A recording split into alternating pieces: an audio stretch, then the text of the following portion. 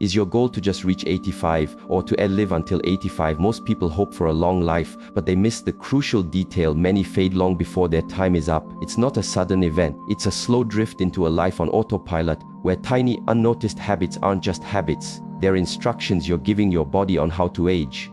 If you're over 60, this isn't a lecture. It's a roadmap out of that fog.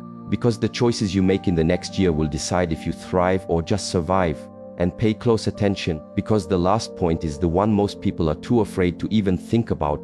They stop moving. Your body is an echo. It doesn't argue, it just reflects what you demand of it. For many, aging becomes an excuse to demand less. Movement that was once a part of life becomes a chore to be avoided. The stairs are too much. The walk is too far. The garden is too demanding. Your world starts to shrink, not on a map, but in your own home, from the front door to your favorite chair. And your body gets the message: the mission is over.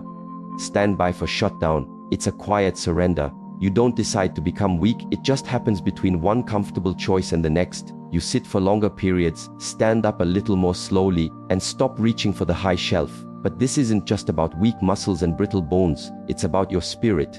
Movement is a conversation with your nervous system. Every intentional step, every stretch, every reach sends a signal to your brain: I'm still in the game. I am present. I am capable. When you stop sending those signals, your brain starts to power down, confidence erodes, identity blurs. Because how you carry yourself is who you are. Walking around your house is just maintenance. It's survival. It's like idling a car engine. It's running, but it's not going anywhere. It won't build strength, secure your balance, or sharpen your posture for the long haul. You need purposeful movement. This isn't about training for the Olympics. It's about sending a daily message of vitality. Challenge your muscles with resistance, even just your body weight. Reclaim your flexibility with focused stretching, and walk with intention. Feel your feet on the ground, swing your arms, lift your chest. Every time you move this way, you're not just exercising, you're telling every cell in your body, we're not done yet. The response is immediate. Your circulation improves, your mind clears, your energy returns. Don't let comfort trick you into weakness. Movement is not a suggestion, it's the language of life. And if you stop speaking it, your body will eventually forget it. They treat food as a sedative, not a strategy. As the years pass, a dangerous shift happens at the dinner table. Food choices become less about nourishment and more about ease, habit, or emotion. Soft, sweet, and simple becomes the standard. But here's the unvarnished truth: after 60, your body can't afford for you to eat like a teenager. The rules have changed. Your digestion is less robust, your ability to absorb key nutrients like protein and B12 is reduced, and your muscle mass is harder to maintain. A diet that was once harmless is now a quiet saboteur. Most people don't realize they're starving themselves on a full stomach. Meals built around white bread, sugary cereals, and processed snacks fill you up, but leave your cells crying out for help. You can't build a strong house with wet cardboard and sugar, and you can't maintain a resilient body with empty calories. You feel full, but you're fundamentally end-built. That persistent fatigue, those aching joints, that brain fog you blame on age, it's often just chronic undernutrition. And it's not just physical. These high-carb, low-nutrient foods create inflammation that directly impacts your brain, dulling your mood and your mind. That post-lunch slump isn't a sign of age, it's a food coma. So, you must start eating with purpose. This isn't about dieting, it's about strategy. Prioritize protein as if your mobility depends on it, because it does. Protein is your structural engineer. Make fiber your ally, it keeps your digestive system active and efficient. It's the cleanup crew. And be ruthless with sugar. It's not just about weight, it's about extinguishing the inflammatory fire that drains your vitality. Hydrate with water, because every cell works better when it's clean. Make one small strategic change today. Swap the morning toast for a bowl of Greek yogurt. Switch the afternoon cookie for a handful of almonds. These aren't sacrifices, they are declarations. You are choosing strength over convenience. You're choosing energy over habit.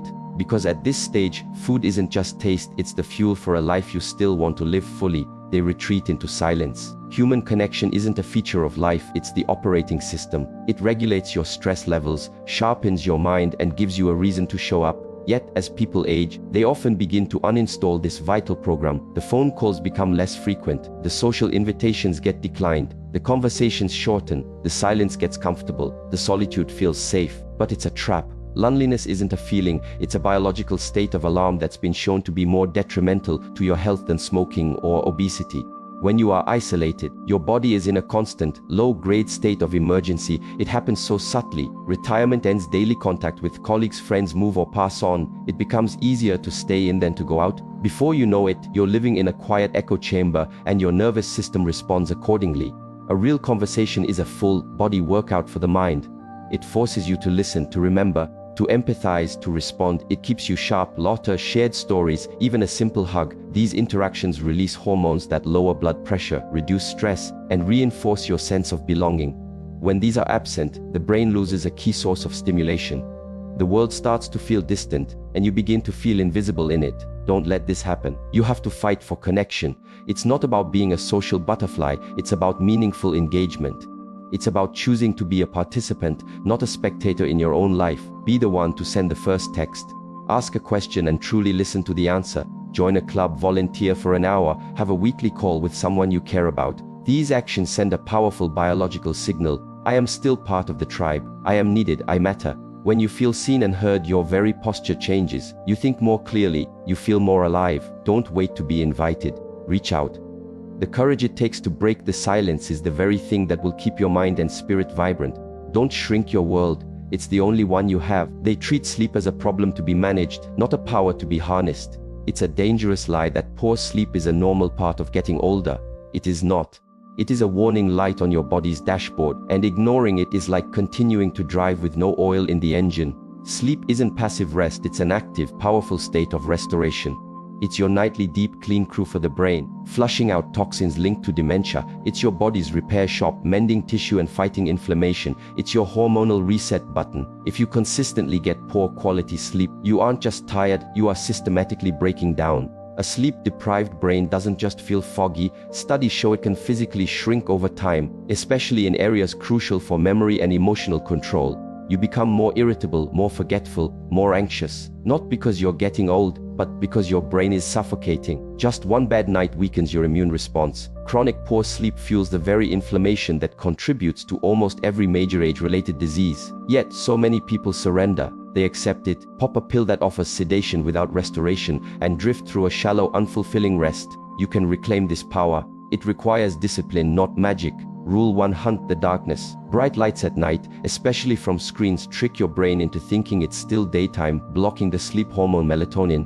Dim your environment after sunset.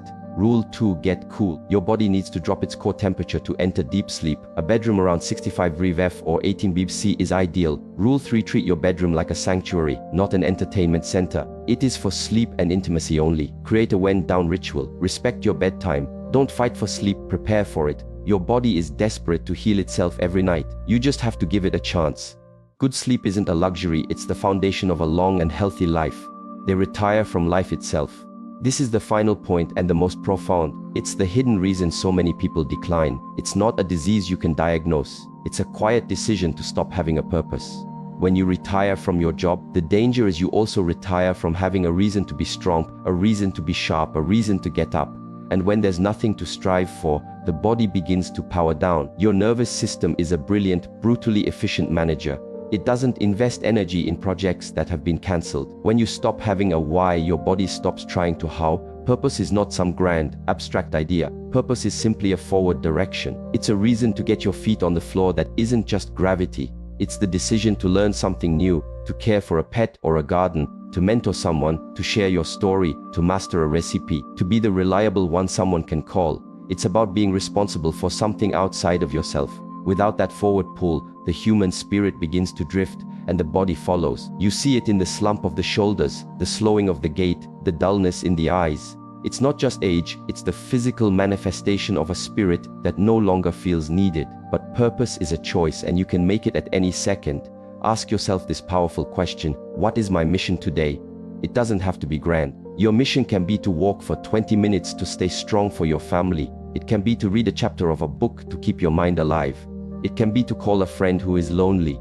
Find your mission. The moment you do, you send a jolt of electricity through your entire being. Your posture straightens, your focus sharpens. Your cells get the memo, the mission is still on, full power ahead. Your last chapter is not written for you, it is written by you. Don't let anyone tell you your time for contribution is over. Your body is waiting for instructions. give it a mission. To finish strong, you must choose to participate. Don't wait for a diagnosis to remind you to live. Live now, move with intention, eat for strength, connect with others, sleep for repair, and live for a reason. Because the goal isn't just to add years to your life, but to add life, real unapologetic life, to your years.